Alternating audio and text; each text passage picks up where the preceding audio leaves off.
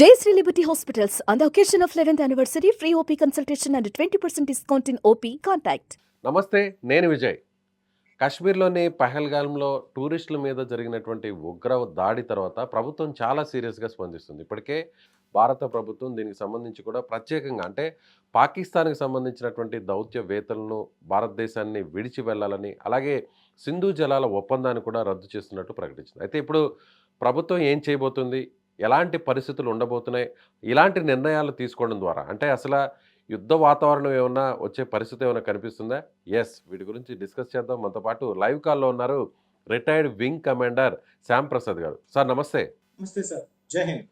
శ్యామ్ ప్రసాద్ గారు, జనరల్గా అంటే పాకిస్తాన్కి సంబంధించినటువంటి హై కమిషన్ ఇక్కడి నుంచి విడిచి వెళ్ళాలన్నారు, దౌత్యవేత్తల్ని ఇక్కడి నుంచి విడిచి తిరిగి పాకిస్తాన్కి వెళ్ళిపోవాలంటున్నారు. అలాగే పాకిస్తాన్లో కూడా అంటే తాత్కాలికంగా స్పెషల్ వీసా మీద వచ్చినటువంటి వారందరూ కూడా ఇమీడియట్గా 2 రోజుల లోపల 48 అవర్స్ లోపల వెళ్ళిపోవాలి పాకిస్తాన్కి అని చెప్పడం పాకిస్తాన్లో కూడా జరిగింది. అయితే వాగా సరిహద్దును కూడా క్లోజ్ చేస్తున్నట్టు కూడా ప్రకటించారు. సో ఈ సిచ్యువేషన్ అంతా కూడా చూస్తుంటే యుద్ధ వాతావరణ పరిస్థితులు ఏమన్నా కనిపిస్తున్నాయి అనుకోవచ్చా? మీ ఎక్స్పీరియన్స్లో దీని గురించి ఎలా అనాలిసిస్ చేస్తారు? ఎలా? డెఫినెట్గా సార్, ముందుగా ప్రేక్షకులందరికీ నమస్కారాలు. నా తరఫున పూర్తిగా శ్రద్ధాంజలి ఘటిస్తున్నాను ఆ ఘటనలో చనిపోయిన వారందరికీ, వారి కుటుంబ సభ్యులకి, గాయాలు పడ్డ వారికి. ముందుగా సార్, మీరు అడిగినట్టు యుద్ధ వాతావరణమే కనిపిస్తుంది. దీనికి 2 కారణాలు చెప్పచ్చు. ఒకటి, పాకిస్తాన్ తన కుక్క బుద్ధి మార్చుకోవటం లేదు. వాళ్ళ ఎకానమీ మీద కాన్సన్ట్రేట్ చేసుకోవడం, వాళ్ళ కంట్రీని డెవలప్ చేసుకోవడం కాకుండా పక్క దేశంలో, శత్రు దేశంలో టెర్రరిస్టులను పెంచి పోషించడం అనేది చాలా దుర్మార్గమైన చర్య. యుద్ధం జరిగినా ఆశ్చర్యపోక్కర్లేదు. ఆ విధంగా సన్నాహాలు కూడా జరుగుతున్నాయి. అంటే ఎలాంటి పరిస్థితుల్లో అంటే దౌత్యవేత్తలను వెళ్ళిపోవాలని, హైకమిషన్ ఇక్కడ ఉండకూడదని, అలాగే పాకిస్తానీలు కూడా ఏదైతే స్పెషల్ వీసాల మీద, తాత్కాలిక వీసాల మీద వచ్చేటువంటి వారందరూ కూడా ఇమ్మీడియట్గా దేశాన్ని విడిచి వెళ్ళిపోవాలని, అలాగే బార్డర్ను కూడా క్లోజ్ చేయడం, ఇవన్నీ చూస్తుంటే నిజంగా ఎలాంటి సిచ్యువేషన్లో ఇలాంటి నిర్ణయాలు తీసుకుంటుంది జనరల్గా గవర్నమెంట్? ఈ ప్రభుత్వం సార్ ఒక బాధ్యతమైన పదవిలో ఉన్నవారు మాట్లాడుతున్నాను. నేను 1990 నుంచి సైన్యంలో ఉన్నాను, 2018 వరకు.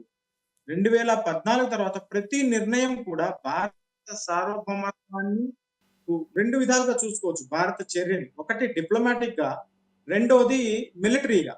మిలిటరీగా ఒకసారి ఊహించండి, మన నెల్లూరు పెన్నాకాలు అటు సైడ్ బ్లాక్ చేసేస్తే, ఇటు సైడ్ కైవల్య నది గూడూరు దగ్గర బ్లాక్ చేస్తే నెల్లూరు పరిస్థితి ఏంది? ప్రస్తుతం జమ్మూ కాశ్మీర్ పరిస్థితి అలా ఉంది. చుట్టూ శత్రు దేశాలు, వాళ్ళు రోజంతా ఇదే పని, టెర్రరిస్టులు పంపించడం, అక్కడ సమాజంలో అల్లకల్లోలు సృష్టించడం, భద్రతా దళాల మీద దాడి చేయడం, అమాయకులైన టూరిస్టుల మీద దాడి చేయడం. సో మన పవరు చాలా ఉంది. మనం ఇంతవరకు మన పవర్ చూపించలేదు, జులుము విదిలించలేదు సింహం. ఇప్పుడు విదిలించే సమయం ఆసన్నమైందని అనుకుంటున్నాను, మనస్ఫూర్తిగా కోరుకుంటున్నాను కూడా. అంటే ఎలాంటి అంటే మీరు అన్నట్టుగా ఇప్పటి వరకు కూడా అలాంటి డెసిషన్స్ తీసుకోలేదు అంటున్నారు. అంటే ఆ డెసిషన్స్ ఏంటి? ఆ డెసిషన్స్ తీసుకోవడం వల్ల ఎలాంటి ఇబ్బంది పాకిస్తాన్కి వచ్చే అవకాశం ఉందంటారు? సార్, దీంట్లో 3 రకాలు ఉంటాయి సార్. ఒకటి టోటల్ వార్ అంటాము, రెండవది లిమిటెడ్ వార్ అంటాము, తర్వాత లిమిటెడ్ కాన్ఫ్లిక్ట్ అంటాం. Local conflict, limited war, total war. ఈ మూడిటికి కూడా భారత సైన్యం, ఇప్పుడు మనకి సిడిఎస్ కూడా ఉన్నారు కాబట్టి, ఆర్మీ, నేవీ, ఎయిర్ ఫోర్స్ సర్వసన్నద్ధంగా ఉన్నాం. పాకిస్తాన్ చాలా చిన్న దేశం సార్. మనం ఒక మాట అనుకుంటే పెద్ద సమయం పట్టదు. కానీ ఒక పెద్ద దేశంగా, ప్రపంచంలోకెల్లా అతిపెద్ద జనాభా ఉన్న దేశంగా, ప్రపంచంలో శరవేగంగా ఎదుగుతున్న దేశంగా మన మీద కొన్ని బాధ్యతలు ఉంటాయి.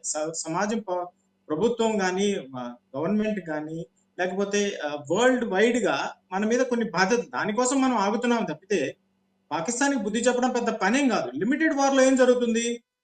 మన లైన్ ఆఫ్ కంట్రోల్ దగ్గర ఉన్న భూభాగాలన్నీ మిసైల్స్ తో తునాతునకలు చేసేస్తారు. అక్కడ ఏం ఉండదు అనమాట. నెక్స్ట్ 20-30 years వరకు ఏం పెరగదు అక్కడ. టోటల్ వార్ అంటే ఏంటి? పిఓకేని ఆక్యుపై చేసుకొని మళ్ళీ కలిపేసుకోవడం. లిమిటెడ్ కాన్ఫ్లిక్ట్ అంటే ఏంటి? మొన్న జరిగిన సర్జికల్ స్ట్రైక్ లాగా ఆ పర్టికులర్ స్పాట్ లోకి వెళ్ళి కూల్ చేసి వెనక్కి వచ్చారు. ఈ 3 కేపబిలిటీస్ కూడా మన దగ్గర రెడీగా ఉన్నాయి. We just want political green signal అంటాం మేము.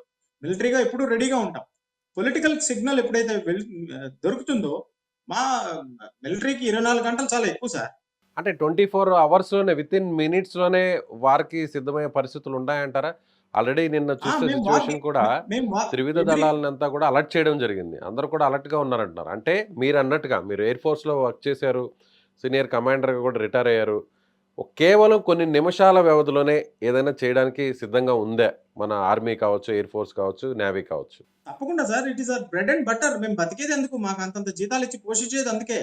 We need 45 minutes, we are ever ready. Every system కూడా 45. మీకు ఒక విషయం చెప్తాను, చెప్పచ్చో చెప్పకూడదో కానీ, ఫైటర్ పైలట్స్ అనే వాళ్ళు రాత్రిపూట అక్కడే నిద్రపోతారు విమానం పక్కనే, హ్మ్. షిఫ్ట్లు వేస్తూ. ఆల్ ఆఫ్ సడన్‌గా ఏదన్నా కాల్ వచ్చినా కూడా ఇమ్మీడియేట్‌గా వితిన్ మినిట్స్‌లో అక్కడ వార్‌కి రెడీ అయిపోవాలి. అంతేనా? 3 మినిట్స్ సార్, 3 మినిట్స్. 3 నిమిషాల్లో. 3 నిమిషాల్లో will be on over head Pakistan అంటాం మేము. 3 మినిట్స్ లో పని చేసుకుని వచ్చేస్తాం. But the decision, political will అంటాం కదా, imposing or sovereign will over another country, ఆ డెసిషన్ మాకు ఇవ్వడానికి it may take 3 minutes, it may take 3 years, it may take 30 years. Plus ఇంకోటి ఒక విషయం మీరేం అనుకుంటుంటే చెప్తాను. ఈ చెప్పండి. నిర్ణయం అనేది ఇండస్ వ్యాలీ వాటర్ ట్రీటీని క్యాన్సిల్ చేయడం అనేది చాలా పెద్ద చర్య. ఇది ఏ చిన్న చితక యుద్ధంతో సమానమైనది కాదు, ఇది టోటల్ వార్ తో సమానమైనది. ఎందుకంటే వచ్చే 10 ఏళ్లలో పాకిస్తాన్ ఎకానమీ చిన్నభిన్నం అయిపోతుంది. ఇది మనం ఎప్పుడో చేసి ఉండాల్సింది. ఆ పొలిటికల్ విల్ మనకి ఇప్పుడు వచ్చింది. మన మీద ఆధారపడి బతుకుతున్నారు సార్ వాళ్ళు. ఎలా అంటారు? మన మీద ఆధారపడి బతకడం అంటే ఎలా అంటారు? వాటర్ లేకపోతే అక్కడ ఇరిగేషన్ ఉంటుందా? వాళ్ళు పండించే గంజాయి వస్తుందా? హెరాయిన్ వస్తుందా అక్కడి నుంచి? వాళ్ళ మెయిన్ వ్యాపారం గంజాయి. మన నీళ్లు వాడుకొని అక్కడ బియ్యం పండిస్తారు, బియ్యం ఎక్స్పోర్ట్ చేస్తారు. ఆ నీళ్ళని 85 to 90% water goes from our Punjab. 5 నదులు అవి, జీలం, చీనాబ్ అవన్నీ ఉన్నాయి కదా, అవన్నీ అక్కడి నుంచి ప్రవహిస్తేనే అప్పర్ రైపేరియన్, లోవర్ రైపేరియన్ అంటారు. పైనుంచి కిందకి వెళ్ళాలి. మనం ఆపేసామంటే గిలగలు కొట్టుకొని చచ్చిపోతారు వాళ్ళు. ఇప్పుడు ఇది సింధు చేయడానికి వాటర్ మనకు శక్తి అంతా చాలా. కూడా మనం ఆపేయడం అయ్యో వల్ల, అంటే ఇప్పుడు మీరు అన్నట్టు చీనాబ్, జీలం నదులన్నీ కూడా సింధు జలాల్లో కలుస్తాయి. అక్కడి నుంచి కాశ్మీర్ నుంచి ఈ వాటర్ అంతా కూడా పాకిస్తాన్కి వెళ్తుంది. సో ఇప్పుడు ఈ వాటర్ని ఆపేస్తే పూర్తిగా ఇప్పుడు పాకిస్తాన్ని ఎండగట్టేయచ్చు అంటారా? కూలిపోతుంది సార్. ఇప్పుడు మన బంగ్లాదేశ్ పరిస్థితి చూడండి, ఇంకో కంట్రీస్ చూడండి, కంప్లీట్లీ సరెండర్. ఏం చేయలేవు వాళ్ళు అసలు. వాళ్ళు ఏంటంటే వాళ్ళ ఉన్న అక్కడ ఉన్న ప్రజానీకం కూడా చాలా కష్టపడిపోతున్నారు. వాళ్ళ వల్ల కావటం లేదు. ఇమ్రాన్ ఖాన్ లాంటి ప్రధానమంత్రిని తీసి పక్కన పడేశారు. ఎందుకంటే అక్కడ ఒక గుంపు, ఒక మానసిక విద్రోహ మనస్తత్వం గల ప్రభుత్వం నడుస్తోంది. ఆ మిలిటరీ కూడా అలాగే ఉంది. వాళ్ళకి ఎంతసేపు వాళ్ళ ప్రభుత్వాన్ని కాపాడుకుందాం, వాళ్ళ దేశాన్ని కాపాడుకుందాం, వాళ్ళ దేశాన్ని గొప్ప దేశంగా చేద్దామని కాదు తపన. ఎంతసేపు భారత్ లో కనిపెట్టడం, మన చేత చెప్పు దెబ్బలు కొట్టించుకోవడం. ప్రతి 20 ఏళ్ళకి వాళ్ళకి చెప్పు దెబ్బలు కొట్టించుకోవడం అలవాటైపోయింది. Thank you sir. Thank you so much. ఇది రిటైర్డ్ కమాండర్, వింగ్ కమాండర్ చెప్తున్నట్టుగా శ్యాంప్రసాద్ గారు. ఖచ్చితంగా ప్రభుత్వం అయితే ఒక సీరియస్ నిర్ణయం తీసుకోబోతుంది. ఇప్పటికే 3 రకాల యాక్షన్ ప్లాన్స్ కూడా రెడీ చేసింది. సింధు జలాలను పూర్తిగా నిలిపివేయడం వల్ల పాకిస్తాన్ ఎడారిగా మారేటువంటి అవకాశం ఉంది. ఇప్పటికే దానికి సంబంధించినటువంటి నిర్ణయాలన్నీ కూడా జరిగిపోయాయి. అయితే ఇప్పుడు ప్రభుత్వం ఏం చేసినా కూడా ప్రజలందరూ కూడా ప్రభుత్వానికి మద్దతు ఇచ్చే పరిస్థితి ఉంది. అయితే పూర్తిగా ఇప్పుడు పాకిస్తాన్ని చెంపదెబ్బ కొట్టేటువంటి అవకాశం, పాకిస్తాన్‌కి బుద్ధి చెప్పేటువంటి అవకాశం మనకొచ్చింది కాబట్టి ప్రభుత్వం కూడా ఆ దిశగా అడుగులు వేసే పరిస్థితి ఉందని ఆయన చెప్తున్నారు. Thank you so much.